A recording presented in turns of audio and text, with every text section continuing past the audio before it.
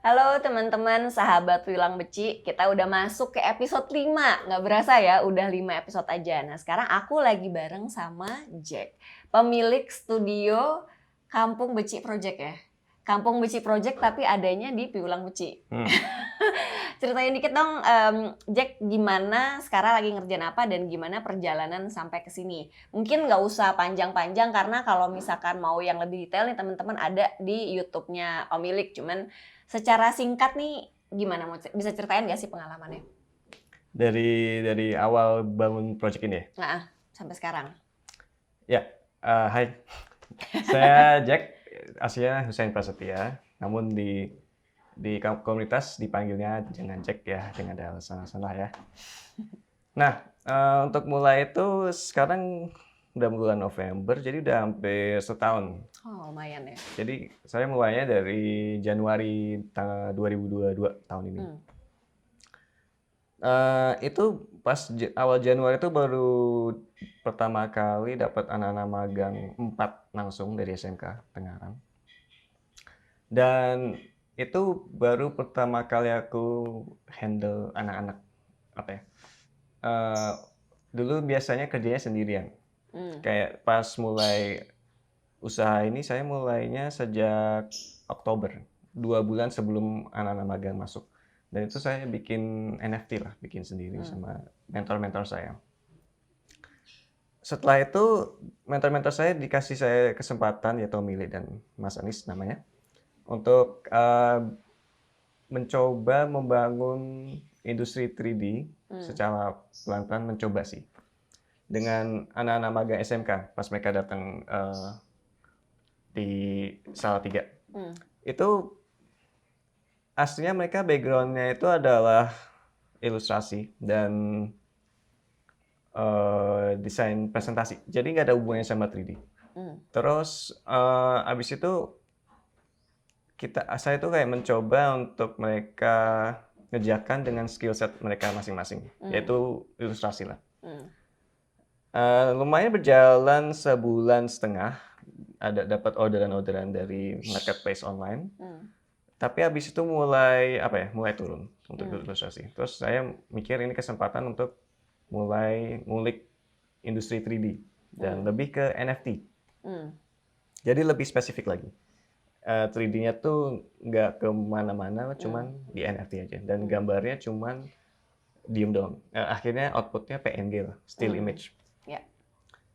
Nah di situ tuh saya belajar banyak hal ya tentang kewirausahaan dan manajemen dan mengurus SDM, yaitu anak-anak magang SMK.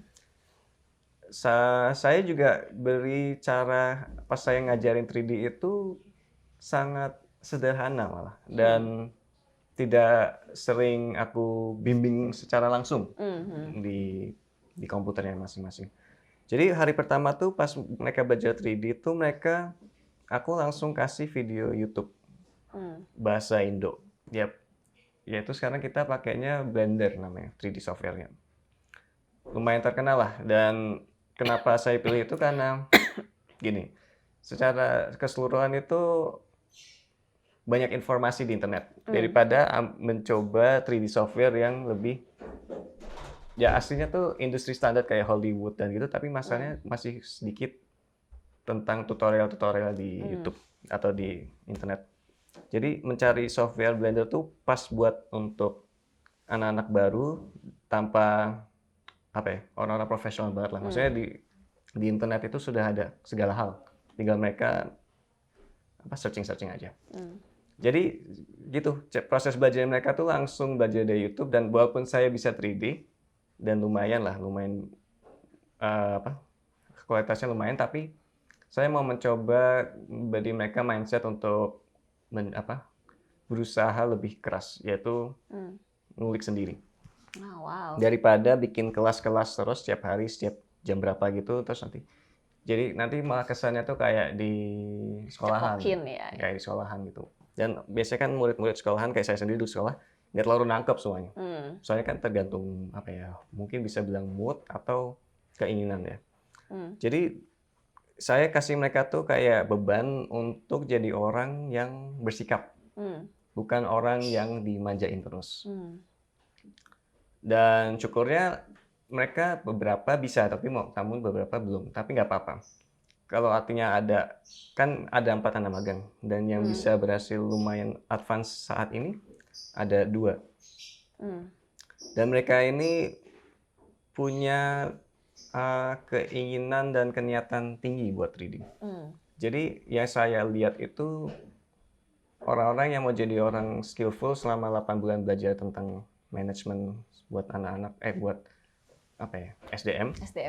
Saya lihat bahwa orang yang secara teknis jago itu adalah orang yang punya passion, atau punya mimpi, atau juga punya rasa nafsu buat ambisi buat ya. bisa lebih hebat lagi gitu ya. Soalnya mereka kalau punya pikiran gitu, mereka otomatis langsung gaya hidup, gaya belajarnya itu ngulik sendiri gitu ya. iya, dan lebih cepat daripada saya yang ngajarin terus.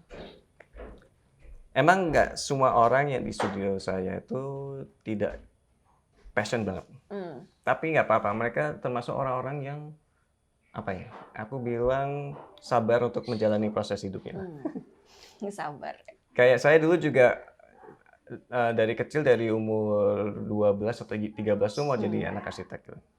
Tapi perjalanannya nggak langsung jadi belajar arsitek. Ya banyak hal lah. Belajar engineering dulu yang saya tidak terlalu suka lah. Soalnya kenapa belajar engineering? Karena kebetulan di Salatiga ada yang kayak studio atau kantor engineering gitu. Apa engineeringnya apa? Lebih ke bikin mebel dan pesawat. Oh wow. Tapi pesawat simple sih, yang kayak Cessna gitu. Jadi di Salatiga itu ada engineering studio namanya DTEK Engineering. Dan itu adalah tempat untuk saya belajar pertama kali tentang software 3D. Dan saya mentornya adalah, yaitu foundernya DTEK Engineering itu adalah Mas Arfian dan Mas Ari. Dan di situ saya belajar selama, kalau nggak salah, 4-6 bulan. Tentang SolidWorks software. Dan itu SolidWorks itu biasanya buat bikin pesawat lah, bikin mobil, engineering yang berat-berat lah. Dan saya dulu kurang tertarik, tapi bapak saya bilang kayak ini ada kesempatan, coba aja diambil. Dan pas saya coba ambil, ternyata lumayan enjoyable lah. Walaupun nggak ada hubungannya sama arsitektur. Dan banyak proses selama saya homeschooling ini sampai kuliah, akhirnya ambil kuliah arsitektur. Ternyata banyak yang saya pelajari yang ke studio macam-macam profesi itu ternyata membantu banget buat arsitektur. Saya dulu ya selama homeschooling tuh belajar ke engineering ke DTEK, terus lukis sama John Martono, terus di Bandung, terus magang di arsitek di Budi Pradono, architects di Jakarta Selatan. Jadi proses saya selama homeschooling itu banyak magangnya dan gak cuma mencoba juga sih, lumayan ngulik lah untuk semua berbagai profesi.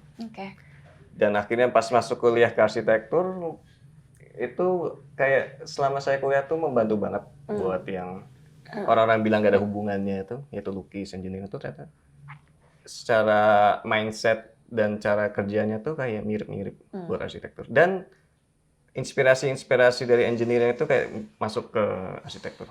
Dan seni lukisnya, dan saya juga suka fotografi. Kebetulan emang yang saya dulu pas lagi maksudnya mencari S1 kuliah di dari beberapa macam university di dunia ini, kebanyakan jurusan arsitektur entah di Indonesia atau di Barat itu adalah mereka selalu minta portofolio, dan portofolionya tuh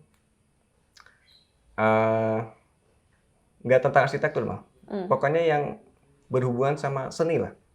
Jadi kayak fotografi lah, lukis, sketching, sculpting, bikin mebel, terus bersosial, itu semua penting buat kampus-kampus di luar negeri. Nggak tahu ya kalau di Indonesia, tapi kemungkinan besar juga ada portofolio. Wow, jadi portofolionya lumayan beragam ya. Yeah. sedikit tadi merangkum sedikit, berarti sekarang tuh lagi ngerjain studio dengan jumlah kalau sekarang udah berapa anaknya? Tadi kan 4 bilangnya. Ada sekitar 10 lah. Wow, jadi pertama mendarat di sini itu tuh sebetulnya punya 4 anak magang gitu dan 3D, sekarang udah 10 dan ternyata di trace back, ternyata dari dulu tuh sebetulnya banyak banget nggak cuman 3D tapi engineering, terus tadi ada apa namanya arsitek juga, ada lukis juga, fotografi juga gitu.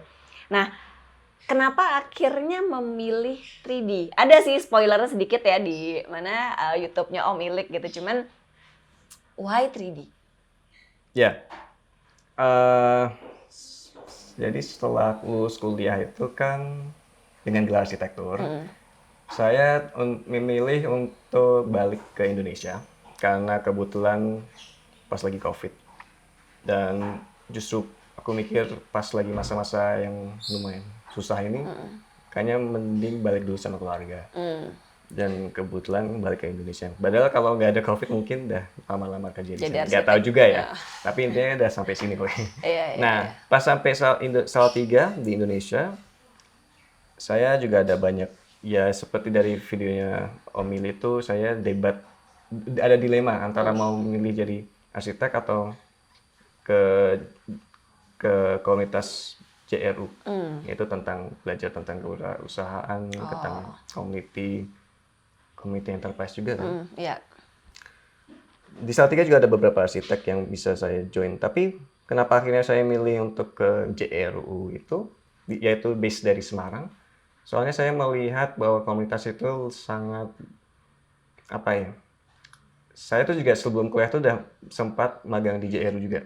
Dan dulu bikin 3D juga. Oh, jadi emang dari dulu pernah bikin 3D juga ya? 3D pakai Blender juga. Itu bikin ya model-model kayak aset-aset lah, kayak gitar atau mobil yang simple-simple. Pas saya milih ke JRU tuh saya memutuskan untuk mengulik 3D. Dan saya memutuskan ke JRU karena saya merasa di JRU tuh lebih, apa ya, wisdomnya tuh kental. Dengan orang-orang senior di sana, dan ada di sana juga umurnya tuh bervariasi, ada yang dari SMP sampai ke 50-an, 60-an tahun. Jadi saking circle yang close, yang saling membantu, gotong royongnya itu yang saya suka. Walaupun dilemanya adalah nggak ada pelajaran arsitektur ya. Cuma mereka bisnisnya adalah beberapa macam, yaitu ada ilustrasi, terus NFT dan presentasi dan lain-lain, tapi nggak ada arsitektur. Jadi emang saya sempat dilema gitu. Tapi kenapa saya lebih sikap ke JRU tuh karena saya mau lebih belajar tentang mindset sih, tentang kewirausahaan. Soalnya dari kecil emang saya baru sadar emang pengen pokoknya punya sesuatu bisnis gitu. Dari kecil kayak pengen punya sesuatu hal yang besar gitu. Perusahaan apalah. Dulu masih kecil kayak SD itu kan pikirannya kayak mau jadi presiden lah atau mau jadi, kan gede lah. Intinya mau mempunyai sesuatu yang besar gitu. Nah, itu kayak aku recall sih dari kecil-kecil, masa kecil mimpi-mimpi. Kayak dulu sempat mau jadi BMX rider. Tapi setelah nggak bisa mencoba sepeda-sepeda itu terlalu advance. Maksudnya terlalu gila lah pokoknya. Soalnya banyak patah tulangnya, terus banyak darah-darahnya. Saya milih kayak, atau aku jualan sepeda aja, jualan sepeda BMX di Salatiga. Nah, jadi kayak sesuatu yang saya suka itu kalau bisa dibikin bisnis aja lah.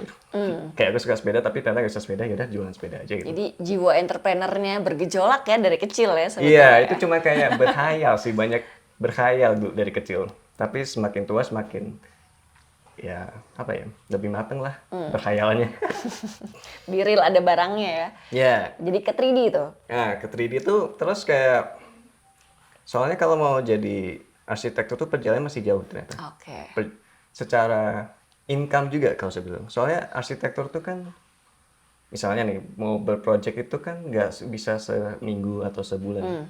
Pasti harus ditungguin sampai terbangun gedungnya. Dan itu kan bisa lebih dari setahun atau 6 bulan lah. Jadi proses belajarnya tuh lama dan secara income tuh juga lama. Jadi kayak rasanya kayak udah kuliah 3 tahun tuh kayak dokter ya, lama ya perjalanan sekolahnya ya. Kecuali kalau kerja di perusahaan arsitek itu udah Oh. jelas langsung dikasih gaji. Tapi kan saya nggak mau. Di firma gitu ya berarti Iya, ya? pasti kan dapat gaji langsung kan. Tapi kalau misalnya mau bangun usaha tuh, Ah, kayak saya lihat teman-teman arsitek tuh, pasti mereka tahun-tahun pertama tuh susah lah. Bangun portofolio terus dan seada-adanya lah penghasilannya. Mepet lah hidupnya. Jadi saya milih di JR tuh karena mau lebih bangun usahanya, tapi dengan media apa aja lah, yaitu Oke. saya ambil 3D lah. 3D itu saya lihat pas lagi goncar NFT tuh ada kemungkinan opportunity besar untuk ya gambar NFT. Saya ambil dari marketplace kayak seperti Fiverr.com itu, ternyata banyak peminatnya ternyata. Oh, ngelihat market ya sebetulnya Iya, ya. iya. Jadi awalnya kan ilustrasi kan. Jadi terus habis itu lihat turun gitu. Walaupun penghasilannya belum yang wow banget, tapi lumayan lah ada penghasilan awal-awal. Tapi pas mencoba buka service 3D, ternyata klien-klien dari website itu lumayan ada yang muncul. Oh, oke. Kayak pertama ada klien pertama 3D itu langsung bayar $5.000. Sekitar Langsung project besar itu. $5.000 kalau sekarang ngelus 1.000 ya dolar ya? Ya sekitar 80 80 juta ya? atau 90. Wow. Dan itu saya harus sebagai orang kan mikir nggak cuman mau easy money kan. Aslinya saya tuh berdebat untuk pertama kali duit besar, project besar tuh saya mikir kayak apakah bisa gitu. Saya nggak mau resiko bahwa klien ini udah percaya sama saya, tapi takutnya nanti saya nggak perform gitu. Dan itu kan resiko besar tuh. Dan jadi keyakinan saya sendiri tuh harus dibangun, dikuatin ya. Dikuatkan ya. Ya aslinya kliennya tuh sudah suka, dia udah mencoba lah satu gambar gitu buat sama saya sekitar $200. Dan dia udah suka, yang ngerjain juga anak-anak SMK. Dan oh ya saya lupa, adik saya kandung Reza juga masuk barengan pas Januari. Nah pas klien itu lihat hasil adik saya tuh dia udah suka gitu. Terus saya kayak oke. Dan kualitasnya namanya 3D itu kan apa ya, apalagi bikinnya karakter ya, jadi ilmunya tuh nggak yang harus belajar banyak lah. Nggak seperti kayak bikin game. Kalau game itu kan gede lah, harus ngurusin banyak infrastruktur. Terus kalau arsitektur kan juga banyak lah yang harus dipelajari. Tapi kalau bikin gambar satu doang, yaitu karakter, dan itu karakter hewan, kartun, itu belajar dari YouTube tutorial menurut saya 1 bulan udah bisa. Oke. Jadi tergantung anaknya juga sih. Kebetulan adik saya tuh dan beberapa anak magang SMK tuh mereka punya passion untuk desain. Jadi mereka cepat lah belajarnya. Jadi saya nggak terlalu banyak bimbing. Malah sekarang saya udah kalah secara teknis. Udah jauh banget. Mereka udah jauh kayak ribuan kali lebih jago di software 3D-nya daripada aku. Tapi saya yang mengarahkan mereka dan kreasi. Dan ternyata orang profesional, orang teknis profesional itu juga butuh dikasih arah. Soalnya dunia ini kan banyak ilmu ya di internet ini. Tapi kan buat apa gitu? Kurasi. Optimization-nya tuh. Gimana manfaatin dengan ilmu yang segitu aja gitu. Dan difokusin terus gitu. Kayak 3D itu kan luas ya, bisa bikin bisa bikin gedung-gedung, mobil, banyak. Tapi saya lebih fokus bikin karakter satu. Karakter doang dan itu kartun. Fokus di situ ternyata ada rezekinya juga sih. Dan sampai sekarang juga masih lebih banyak di situ, yaitu bikin karakter kartun. Nah, kembali lagi pada klien itu, dia saat itu udah suka, saya habis itu, terus dia mau pesen lagi, banyak gambar lagi. Untung kita sudah praktis 1 bulan lah, latihan 3D. Jadi dengan hasil anak-anak magang itu, saya udah percaya bahwa ini pasti bisa. Walaupun mereka belum pernah ngerjain 3D. Wow. apalagi project besar. Pas dikasih project besar tuh beda cara, langsung pikiran saya sama anak-anak tuh beda banget. Kenapa? Karena udah ada beban. Ya. Kalau belajar cuman portfolio itu kan nggak ada beban klien atau duit kan. Nanti kalau molor belajarnya atau nggak berhasil gambar yang nggak bagus kan, ya udah gitu. Cuman habis waktu doang gitu.